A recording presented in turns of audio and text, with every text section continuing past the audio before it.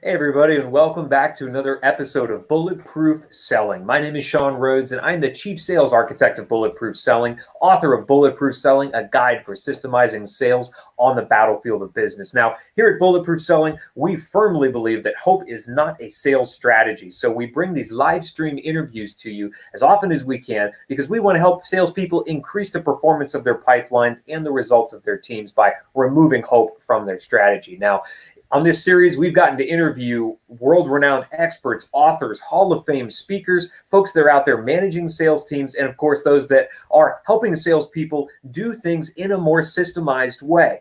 And the interesting thing is we can bring experts in CRMs and experts in all kinds of software platforms in here, but ultimately, it's all driving to the conversation. And so I wanted to be able to bring to you today an expert in that conversation. His name is John Livesay, and he's actually the person that helps salespeople tell stories rather than pitching. And we all know that stories are some of the most important pieces of human communication, but so often we just try to wing it, or we think that maybe the way we told that story last time is going to get us the deal this time. Well, John is going to help us understand that there is a way to systemize the storytelling that we conduct on every sales call, on every single pitch, although he wouldn't call it that. But let's welcome him to the show. Without further ado, Mr. John Livesay, welcome to Bulletproof Selling, sir. Thanks, Sean. It's great to be with you. I loved what you said about the same story that got you one win will not get you another win, that you have to customize our stories. Yeah, so let's dive into actually how you ended up as the guy that taught salespeople how not to pitch, because this is a really interesting kind of career path for you. So talk to us about kind of your background, your love of storytelling, and how you found a way to meld it into the world of sales, because there are a lot of storytellers out there. I think they're called Toastmasters that would hate to sell. Like they would rather slam parts of their body in a door repeatedly than have to sell. But you're the guy teaching people how to sell better with stories. So walk us through that journey. Sure. Well, originally I majored in advertising because I was completely fascinated with entertainment and business merging together. I knew every jingle to every commercial. I was completely mesmerized. And I'm still to this day fascinated by what is it that motivates us to change our behavior or brands or anything. And what makes something memorable.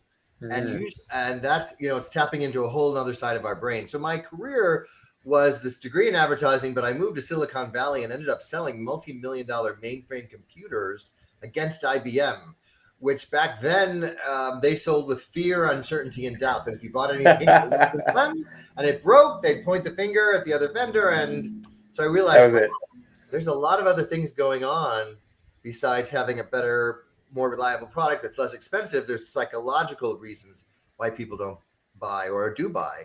So that was great sales training. And then I worked for an ad agency creating commercials for movies coming out on home video back in the heyday of Blockbuster. Yeah. And so we could reposition a movie that hadn't done well theatrically and make people want to go buy or rent it. Interesting. Really great structure learning about, you just tell a story from a completely different, same movie, 30 seconds, completely different story. Yeah. And then I had a career at Conde Nast, which is all kinds of publications and brands you've heard of: GQ, Wired, Vanity Fair, W, Vogue, etc. And clients like Lexus would say, listen, we looked at 50 magazines. We've narrowed it down to 10. It's media day. Every rep gets to come in for 30 minutes and tell us why we should pick you. We're only going to pick 3. Do not come in and talk about numbers. We've already that's why you're in the final 10. And half the reps were like a deer in headlights. Don't talk about numbers. All I have is numbers. Yeah. So I realized, whoa, whoever tells the best story, whether it's a marketing idea, whatever it is going to get this business. And then I started to really see that going on and on consistently. And that was my big aha. I can take the storytelling skills I have from working at an ad agency and apply it to having a structure to the story so that it's clear, concise, and compelling. Those are my 3 checklists that I teach people. Because let's face it, we know if you confuse people, they say no, and they don't tell you they're confused. Their ego won't let them. And it has to be, a story makes you memorable, because think of putting yourself in the client's shoes, and they listen to pitch after pitch after pitch. And if you haven't said anything or told a story that's memorable, then it all just blurs together. Yeah. So that's really my whole premise of the last 8 years being on the road and on virtual, teaching salespeople how to turn boring case studies into compelling case stories. I love it. And so the question I'd love to ask everybody on here, and I'm sure you're going to give us a great answer, is where do you see salespeople relying on hope more than they should in the way that they tell their stories? Oh, well, the premise is sort of what you opened with is, well, I that story worked with this client. I hope it works for all my clients, and not really doing the preparation or the customization. I tell people you need to think of your brain like a jukebox or a playlist, depending on how old you are, which one resonates Sure. with you, and that you have multiple stories ready to go, depending on who you're talking to. So the reliance that you hope that this story resonates obviously is not good enough. You have to have multiple stories ready to go and not just the same old story. And now, something that a lot of salespeople think about when they think of storytelling is the final conversation where they've done all of the outreach, all of the emails, all the phone calls, they've set the meeting. Now they're finally in front of somebody that might have the ability to say yes. And they think that that's the spot that storytelling hits the hardest. But I'm going to disagree with that mindset. And I know you're going to help us kind of educate us on where storytelling really applies, because in my mind, you could really start with systemized storytelling in the initial point of outreach, where this brand, this customer might not know a lot about you, but you got to tell a story to get their attention. So talk to us a little bit about how we can use stories in the initial part of our outreach cadences, where we may not be in that final sales conversation with the decision maker, but a story is still going to be the thing that differentiates us from all the other people reaching out with the same kind of commodity product or service. Well, I'll even go back to when you're networking at the elevator pitch. Before you even start the outreach, you'd want to get referrals. And most people have a really boring elevator pitch, or they sound robotic, or they talk for too long. And so I have a whole system where I turn an elevator pitch into an elevator story, because the goal is you want to intrigue people to say, wow, Sean, that's interesting. Tell me more. Right. And then even if they don't need what you are offering, they can remember it because it's a story that gets filed away in our brain differently and refer you people. So that is where the real beginning of storytelling has. And then once an email, if you think of an email like a headline in an ad, if you got a catchy headline, you get greeting, the same thing for get the email open. And then you tell a story in your emails of other clients that were struggling with a problem and how, you were the Sherpa and helped them through that. That's a much more interesting email to get the appointment than just, hey, we do X, Y, and Z. And what about voicemails? Because I know in an email, I might have 3 or 4 paragraphs if I really want to press the attention span of my prospect. But how do I incorporate storytelling inside of voicemails? Is it parsing a story out across multiple voicemails and email and LinkedIn? Or can I really get a story done inside of a 30-second voicemail that's going to encourage somebody to pick up the phone? I think if you can make your stories clear and concise, my whole premise is that if you tug at people's heartstrings, they open their purse strings. Ah, interesting. Okay. That's a quote, by the way. That's tweetable. That's tweetable. Yeah. I was working with a healthcare tech company, and I said, what are you saying now to get doctors to buy this? Oh, well, our equipment makes the surgeries go 30% faster. Do you want one, doc? Call me if you do. Boom. Right? Now we tell a little case story. Usually it's in person, but it could be a voicemail because it's concise enough that, imagine how happy Dr. Higgins was down at Long Beach Memorial 6 months ago, using our equipment when he could go out to the patient's family in the waiting room an hour earlier than expected. And if you've ever waited for someone you love to come out of surgery, every minute feels like an hour. Yeah. He came out, put them out of their waiting misery, said, good news, the scope shows they don't have cancer. And then turned to me and said, that's why I became a doctor, for moments like this. Yeah. If that sounds like the kind of journey you'd like to go on, let's talk. That could be a voicemail. And you're not making it about you. It's about, and you're not the hero of the story. Your product's not the hero. That doctor is. And ironically, what happens is other doctors will say, oh, you know what? That's why I became a doctor. I want your equipment too. So that's the secret. When your stories, however you're presenting them, voicemail, in person, people see themselves in those stories, Sean, then you're no longer pushing. You're pulling them into the story. And you'll notice some of the techniques I use there. if you've ever waited for someone you've loved. Now Sure. you're really pulled in. And even if you haven't, you probably know somebody who has. Well, you could imagine it. Sure. Yeah. Yeah. And so the client said, wow, that gives us goosebumps. Not only are we not telling stories, it never occurred to us to make the patient's family a character in the story. Oh, yeah. So Okay, so to make a previous customer or somebody that's had a great experience with my service. Sure. Yeah. Yeah. So Oh, there's that's a whole skill set. Even if you're good at storytelling, what I'm really love helping people get to that black belt level where they can pull people in so they see themselves in it. Now, a lot of salespeople believe themselves to be great storytellers because they're on the phone or they're on voicemail or they're in person, and they're personable people, right? This is not one of those industries you get into and you hate other human beings. Otherwise, you'd be in straight e-commerce, right? Like, don't ever make me interact with a person, please. Yes. Maybe sales is not the best fit for you. But for those of us that think we're great in front of other people, so often, and I've done this myself, I'm absolutely guilty of it, we drop the ball when we're not face-to-face, ear-to-ear. We're not using our voices. And this is email, it's LinkedIn, it's social media, it's even direct mail. What are some of the top mistakes that you see people make in their nonverbal communication around storytelling? The biggest mistake people make in storytelling, whether it's verbal or nonverbal, is not having a resolution to the story. Oh. So try to imagine the Wizard of Oz stopping when Dorothy got in the balloon and that the credits would roll, the end.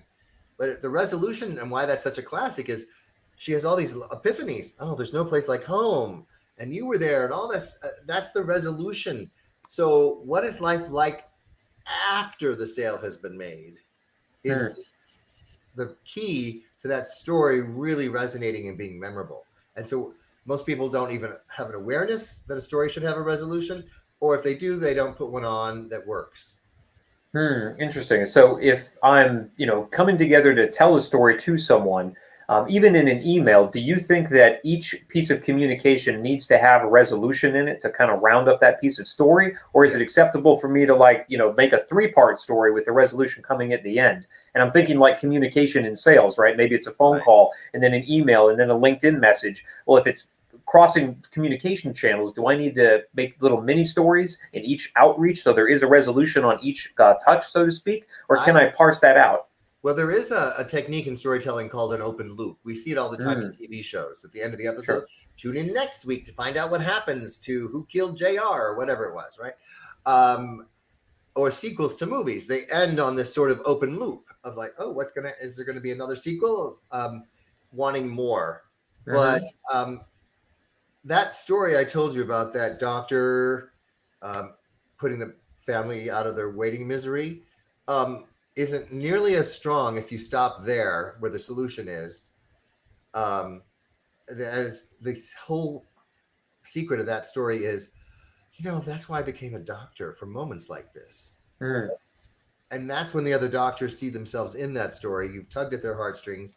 All the stress they're under, all the loans they have to pay back goes out the window when they remember their own story of origin through that one resolution line.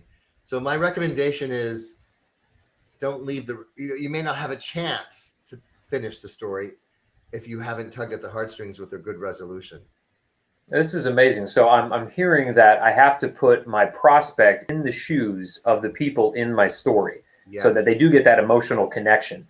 And so I think, the way that we do this poorly in sales is through testimonials.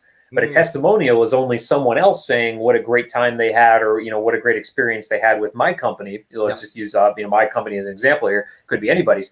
But it's somebody saying, hey, we had a great time, vast improvement in sales. We're systemized now. We got our pipelines up and running. This is great. Well, that's awesome. But my prospect may think, wow, that's such a far reach. Like, I'm just getting started with exercise and you just gave me somebody that's like a marathon runner, or a triathlon person. Well, I'm never going to reach that. So they can't see themselves in the completed product, so to speak, or the completed service or the completed delivery. So what do I need to begin doing as a salesperson? And this is going to lead us into our sales system. I have an odd feeling that you and I get to build here today. What do I need to begin doing in order to put the person that I'm talking with in the shoes of the the resolution, right? Whatever problem that I'm solving as a salesperson, how do I begin to take some of my testimonials maybe, or happy customers, and begin to put this new prospect who doesn't know, they may think, wow, that's like miles ahead of where I am. How do I begin to make that link so they're in that person's shoes? Well, the first step we're going to do is we're going to bust this myth that we've all heard for decades, which is in order for someone to buy from you, they have to know, like, and trust you. You've heard it 100 times, 100 million times, whatever. Sure. The problem with that, Sean, is people think, all right, well, you have to get to know me and my product and my company. Push information. And I flip the script because people buy emotionally, then back it up with logic. When they are selling you a Lamborghini, no one's talking about miles per gallon. Right. About how fun it's going to be and how sexy you're going to feel, right? So we start with trust. It's a gut thing. And that's trust is transferred. That's why testimonials work. And then it moves to the heart. Do I like you? And here's the secret. The better you describe and show empathy for someone's struggle, the better they think you have their solution. Like you're literally in their head, whether it's copy or things you're saying. Like, that's how I feel. Wow. And now I'm in the story. And then it moves to the head, and still it's not a time for information. It's what you were insinuating. Will this work for me? They might trust and like you, but if they don't think it's going to work for them, boom, they're out. Yeah. Like, I can't see myself having all that success. I'm still just at the beginning. Right. So that's why the story has to start, and take people on the journey of how bad things were before bulletproof selling came into their life. Right. The struggles, they were overwhelmed. And what I do with people is I teach them how to use emotional words that make it compelling. So you can describe sales were down, blah, blah, blah, blah, blah, whatever. But if you start saying that guy knew he was going to lose his job, it's keeping him up in the middle of the night. He was so stressed out. He didn't, he was burnt out. All those feelings before the system comes in to fix the day. That's where it starts to go, oh yeah, that's why this is not working. And so some of the challenges with the testimonials, unless you have worked with someone, is they're just giving you the outcome. Yeah. They're not saying, before Sean came and taught us bulletproof selling, we were so stressed out and overwhelmed, we didn't know what we were going to do. Thank God Sean came in and did X, Y, and Z. Right. And now things are better.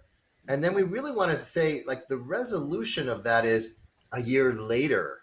Now, imagine that your testimonial captured what they felt like, but then there was this, like, now a year later, I don't have things keeping me up in the middle of the night. I'm hiring people instead of laying them off. All that before stuff, as opposed to just the highlight. It's almost like social media. There's been research that people actually get depressed looking at people's posts because we're just capturing a moment of the best of the best. Wow, Sean never has a bad day. He photographs that draw line. I mean, he's just always perfect. It's the highlight reel. Yeah. Yeah. And so unless you take the testimonials are taking people on the journey, then they're not going to see themselves in the story. Interesting. And do you feel like it's stronger for salespeople to leverage the words of happy customers, or is it equally impactful to simply just tell the stories of customers that you have? Should it be coming from the customers, or should it be coming from the salespeople? Well, if it's ideally if you can get the customer, but it's up to us to train our testimonials, our best clients. I talk about people going from invisible, where they never heard of you, to irresistible. So when we have these clients that love us and think we're irresistible, a part of our job is to say, if you wouldn't mind giving me a testimonial, and you give them like 3 or 4, start with the beginning, what life was like before, talk about how this fixed it. And more importantly, talk about your own personal feeling about the relief you have, or what life is like for you now, as opposed to just being happy that you did it or recommending it. Because even when someone says on a testimonial video or a line, I highly recommend it, on some level that's pushing information out, as opposed to, my life is so much better now, I'm remembering why I became a doctor, or whatever it is. Sure. That's a completely different push-pull emotion that person's sharing a story. And when you share a story, you don't have to have a call to action necessarily, because people in the story so much, the call to action can be after they comment on it. is, well, does that sound like the kind of journey you want to go on with me? Now you have a new closing tool if you've told a compelling enough story. This is amazing. So let's build a system around this. And I'm thinking, because this could go a couple of different ways. Obviously, we're going to give you John's contact info. Feel free to reach out if you have a specific question around a specific part in your sales process. But for our time together today, I'm really interested to learn how I can develop better testimonials and how salespeople out there could take what you just talked about. Let's build this into a system so that every time we've got a satisfied client, we create a testimonial that's not, hey, I really recommend that you reach out to these folks. They did great for me, but that actually takes them on a journey. And of course, this could be via text. It could obviously, optimally be video. That's even better because then you really connect with the person in there. So let's start with trimming hope away from a sales strategy where we've got kind of so-so lackadaisical testimonials. They're living on a website page somewhere. They're buried. Nobody ever sees them. We gathered them a long time ago because somebody told us to, but we never share them. Let's have a testimonial that really tugs on the heartstrings of somebody, that takes them on a journey, puts them in the shoes of somebody just like them that's been suffering. So we talk about trimming hope away from our sales strategy. We use this acronym TRIM, T-R-I-M. And so T is trigger. Now, if I'm going to begin developing this as a system so that every single satisfied client I have, I can develop one of these real heart-tug testimonials out of, whether it's written or video or both. What is the trigger event for you when you're teaching salespeople how to do this? Is it as soon as I've kind of onboarded them and they're beginning to see results? Should I wait 6 months after they've become a client and really gotten into the system or the process or the product that I've sold to them? When should this begin with a client that I want to start developing into a heartstring testimonial? Well, you can, here's the thing that most people don't think about. You can have multiple testimonials from the same person and capture them, and then eventually edit it all together into one big, wonderful story. So, interesting. Okay. Yeah. So it's not all or nothing. Like, yes, if someone is onboarded, they're never more enthusiastic. You're in the honeymoon phase. Capture that energy. But then after they've had some really great results, 6 months or whatever time frame later, say, hey, would you just shoot a short little thing about that? And don't worry about it. I'll edit it together as a story. Yeah. Okay.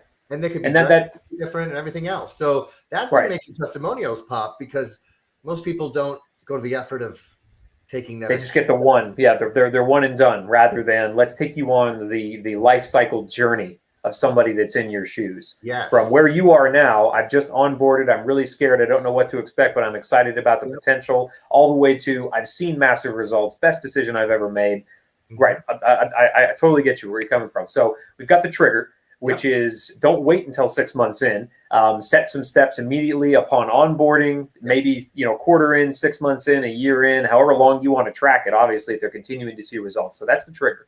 But next I want to make this repeatable, because as a salesperson, I'm busy, I'm making calls, I've got happy customers, but maybe I've handed them off to delivery, to contracting, to operations, but yet I'm the one responsible for still getting these testimonials and what questions to ask and how to make sure that it still get incorporated into my sales process.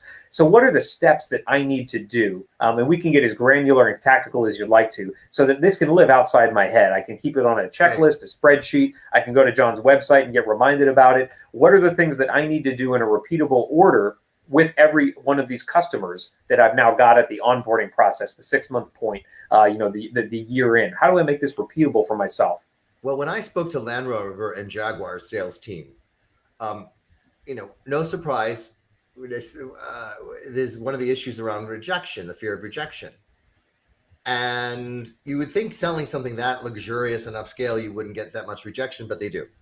And so one of the things I implemented for them was, when you get the no, you need to call. That becomes the trigger, using your terminology, to call someone you just sold a car to within the last month or two. That's your trigger, the no. And it will cleanse your palate, like at a restaurant. Interesting. Okay. So that the next person that walks in or the next phone call, you're not triggered on that negative energy. And you're not trying to sell this customer anything. You're just saying, hey, just want to check in. How's the car? Where are you taking it? What have you enjoyed most about it? Get that mindset in your head. And then who knows, sometimes they might even give you a referral. Yeah, you never know. But it's good business. So you're amping up your testimonial, And that's this, oh, I just got off the phone with a family that reminds me just like of you that bought their Land Rover. They are just having the most incredible adventures on it. That's your energy when someone walks in the door, Love it. not the know you got. And do you find that there's specific questions that are better asked at, let's say, those three stages, right? Onboarding, 6 months in, and a year in. What are the things that I need to begin thinking about asking? Because otherwise, I'm just going to kind of wing that conversation too. Hey, Yeah. how's it going for you? You love it. So glad to hear that. And then what else do I talk about? So what are the questions that I need to think about asking my customer when I'm calling in at those touch points? The more specific you are, I was interviewed on NBC when kids were going back to school and parents were complaining that they were getting the same, how was school? Fine. Okay. One word answers. Yeah. And I said, ask your child, tell me a story about the best part of your day. And then the child can decide whether it's beginning, middle, or end. So if you ask an open-ended question and literally ask your customers, tell me a story about what's your favorite part of having this new car or whatever it is, they'll come up with a story. Yeah. I just love the space or the this, or we went shopping or we went on this family vacation, whatever it is. Ask them to tell you a story. So that's the structure when you're calling them. Like, instead of, hey, how do you like it? That's one word answers. Yeah, exactly. I love it. So, and the critical element to this, I think, is one, it's easy, right? It's the same question you're asking, and you're going to get a different response because they're at a different place in the adoption of your product or service. Right. So that's amazing. Less to think about on my end, but I still get really impactful results out of that. And the second piece I'd say is make sure for all of you listeners out there that if you're going to implement this, let that reminder to call that customer live outside of your head. Put it in your CRM, get it on your calendar, reach out to John because he's 3 months in, reach out to Susan because she's a year in. And that way you remind yourself, I really do need to pick up the phone, call these people because it's good business, but also to ask that question. Tell me a story about what's happened recently now that you're a year in. And how is that different from where you were when you started? So absolutely brilliant. So we've got the trigger, we've got making it repeatable. Now I'm really going to dig into some cool stuff because you're the master at this. How do I make sure I'm improving the results that I'm getting with this system? Am I tracking the response that I get off of these, heartstring storytelling testimonials? How do I make them better? Well, once you understand that the story that you're going to ultimately craft and tell has 4 parts: the exposition, who, what, where, when. We know, like 6 months ago, Dr. Higgins, Long Beach Memorial. You need those details to pull people in, to paint that picture. Really describing the problem better and using words that have emotions to it as opposed to just they were overwhelmed. Also, one of the techniques that I use when I tell a story that I teach people is keep it in present tense. So I met Michael Phelps when I was working with Speedo. And I went up to him and I said, Michael, everyone says you're so successful because your feet are like fins and your lungs big. I'm guessing there's something else. He goes, oh, yes, John. When I was younger, my coach said to me, Michael, are you willing to work out on Sundays? Yes, coach. Great. We just got 52 more workouts in a year than the competition. And so now the takeaway is, what are you willing to do? Yeah. To become an Olympic level medalist in your own business. The competition isn't. Now, I told that story as if you were in the room with me. Yeah, not 10 years ago, Michael Phelps was, gotcha. Okay. Michael Phelps told me that his secret to success is working out on Sundays. Boring. The coach, I'm playing Michael. The dialogue is in present tense. Yeah, gotcha. So that's one way to improve your stories is make sure your dialogues are in present tense and you're not just recapping what happened. Love it. Love it. That's a wonderful way to improve any story, whether you're pitching something from a stage, you're in an actual sales conversation. Oh, brilliant. So we've got the trigger, we've got making it repeatable, a great point to make it improvable. But now the real critical element, if I'm going to invest time in this, John, I'm held to account for bottom line results and top line results, really, especially in sales. How do I measure the effectiveness of what you're telling me to do so that a year from now I can look back and say, well, that was a good investment of my time to start making more of these calls to my customers? What am I measuring at the tail end to know that this storytelling system is really producing results? One of the things is making sure that your resolutions have some measurable outcomes in them. Okay. So when I worked with Gensler winning $1 billion airport renovation, when they had that big pitch coming up, we turned that case story into, we worked with JetBlue 5 years ago at JFK. We had to rip up all the floors in the middle of the night. A fuse blew, but we had all the vendors on call. All the stores opened. And now a year later, sales are up 15% because we measure that. And it's because we've designed a place that pulls people in to shop. So then, the Pittsburgh airport people said, ooh, those are the results we want.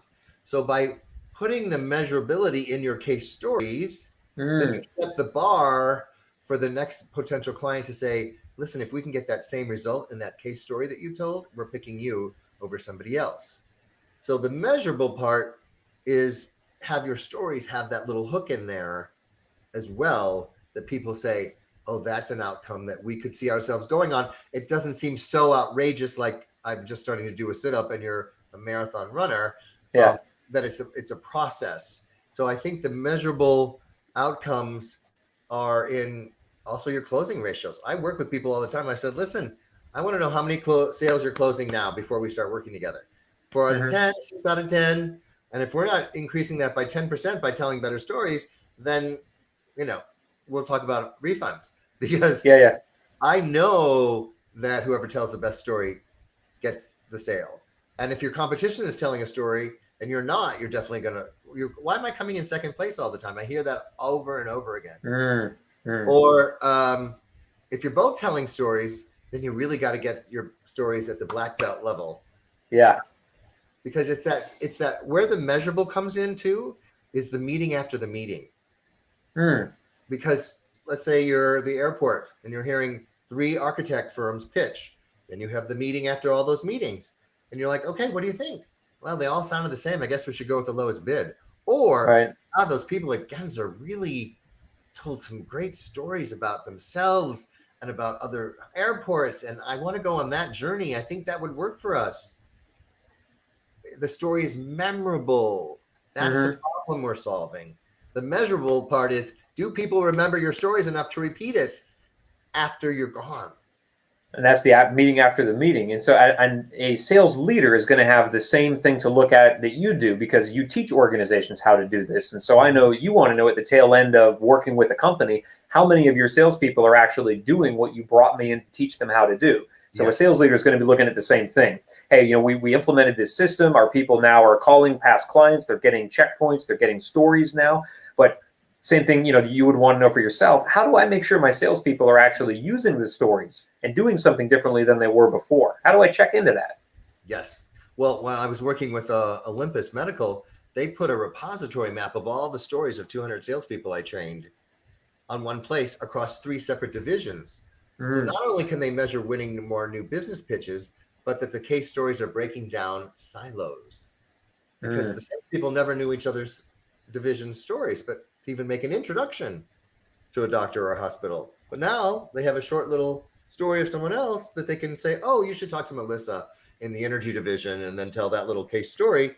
They feel much more, they're just sharing a story. They're not pushing out information. And I love that you could probably, I'm really going to nerd out about this one. You could subdivide it, tag it by keywords. This is for healthcare. This is for operations. This is for, some industry, widget manufacturing, whatever. And that way, as a company, especially if you're large enough, you could really begin, like you said, to cross-pollinate those referrals by being able to say, this isn't even my story, but it's a great story. And there's no reason I shouldn't be able to use it. And I can introduce you to the person who experienced it if you need to, but wouldn't it be better if you started seeing these results today? So brilliant method, sir. I knew I was going to have a lot of fun. Systemizing the part of human interaction that really makes the difference in the sale. Wow, how could you get any better? So, John, go ahead. They're onboarding it. It's an onboarding tool. So it is, absolutely. All the details. You know how many mistakes management makes hiring the wrong salespeople, or that first 30 to 90 days is not, they don't feel part of the team. A repository map with all the people's personal stories and their case stories solves that. It's so the nerdiness of that you could have a field day with. Yeah. Oh, for sure. You have to actually build culture sooner with the stories of the people that you are there as a company to serve. So I know that, people listening to this, they're going to want to get deeper into your world, John. Where do they find out more? And I understand that you set up something special for them as well that you'd like to share. I did. Most people have a horrible elevator pitch. It's boring. It's too long. It's robotic. So I've crafted a short way for you to get a rough draft of a script that makes it intriguing. So if you go to johnlivesay.com/free elevator story, you answer a few questions and I'll send you a rough draft of a good elevator story instead of an elevator pitch. It's wonderful. So I'll make sure I include that in the show notes. So for those of you catching this online, you can definitely go into the show notes and get that URL directly. But for those of us that are just listening to them on podcast, maybe they're at a coffee shop, they got a little bit of a break. It's JOHNLIVESAY.com / what is the rest of it? Free elevator story. Free elevator story. All right, so there it is. Well, John, it's been a pleasure having you here. And for those of us that are checking in around Bulletproof Selling, well, we're on Facebook, LinkedIn, and YouTube. All these live streams are there. So if you want to get the best and the brightest talking about how they systemize sales, make sure you're checking those out. And of course, the podcast is on Stitcher, iTunes, Spotify, anywhere the podcast can be found. So for more sales systems to help you with your pipeline performance, check out the free resources that we are posting every single day of the week over at bulletproof-selling.com. Sean Rhodes here. It's been a pleasure serving you along Mr. John Livesay. John, let's get out there and make selling bulletproof. Love it.